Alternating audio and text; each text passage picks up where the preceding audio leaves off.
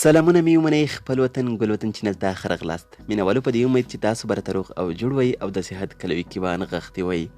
مینهوالو په دې ویډیو کې درته یو نوی او خوندور اپلیکیشن ښیم. داسې اپلیکیشن چې تر اوسه به تاسو داسې اپلیکیشن نه وي لیدلی او تر اوسه به مو نه وي استعمال کړی، بلکې نوم به مو هم نه وي اورېدلی.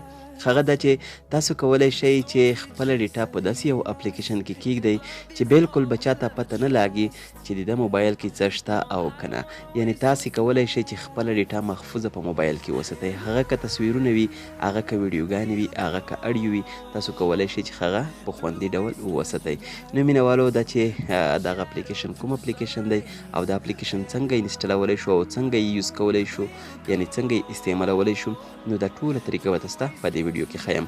مخکې له ویډیو تاسو ته یو لنډ پیغام درکوم. مینهوالو که تر اوسه مو زموږ د یوټیوب چینل نوي سبسکرایب لاړ به شئ یوټیوب ته. دلته به سرچ کې ورته ولیکئ خپل وطن ګل وطن چینل. لومړي سر کې به تاسو ته خپل وطن ګل وطن چینل راواوړي او تاسو به په دې باندې کلیک وکړئ. دلته به تاسو په دې سبسکرایب باندې کلیک وکړئ او په څنګ کې به ورسره د بیل نشان وښئ. کله چې موږ نوي ویډیو پورته کوو نو لومړی به تر تاسو در رسیږي. بیا هم ښه راغلاست.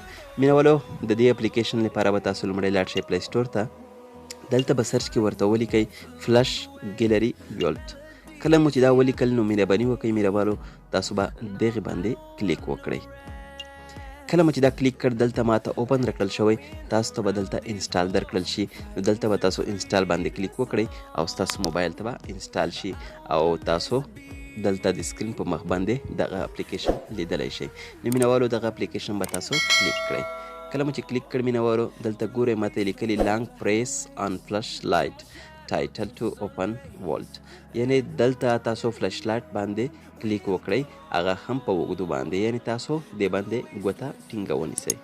کله مو چې دلته ګوته ونیوه مهرباني وکړئ مینهوالو دلته به تاسو 4 حروفه کوډ ورکړئ، هغه که هر څه وي. دلته زه ورکوم 0088 او بیا هم دغه کوډ داخلوم 0088.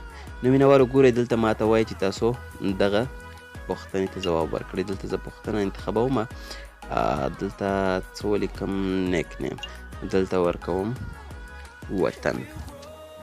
مینهوالو دلته سیو باندې کلیک کوم.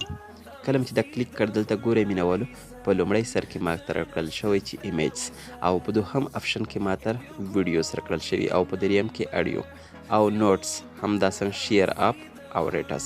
نو مینهوالو په دې څلورو آپشنو کې موږ هر څه کېښودلی شو، یعنې فوټوګان، ویډیوز، زنګونه یا اډیوز، همداشان نوټس. نو تاسو کله چې دې باندې کلیک وکړئ نو دلته به تاسو ته مینهوالو ګیلري خلاصه شي. په ګیلرۍ کې به تاسو هغه شیان انتخاب کړئ کوم شیان چې تاسو غواړئ پټ وساتئ. نو مینهوالو په ظاهراً خو دغه اپلیکیشن فلش لایټ دی، یعنې کله چې تاسو دلته کلیک وکړئ نو تاسو فلش به بالکل بل شي آن شي. نو مینهوالو په راز کې د دغې یو داسې راز دی چې تاسو به هیڅوک پیدا نشي کړی چې دلته تاسو څه ایښي او د څه دپاره استعمالیږي. نو مینهوالو که ویډیو مو خوښ شوي لایک او شیر یې کړئ او که چا زموږ د یوټیوب چینل نوي سبسکرایب حتما سبسکرایب کړئ.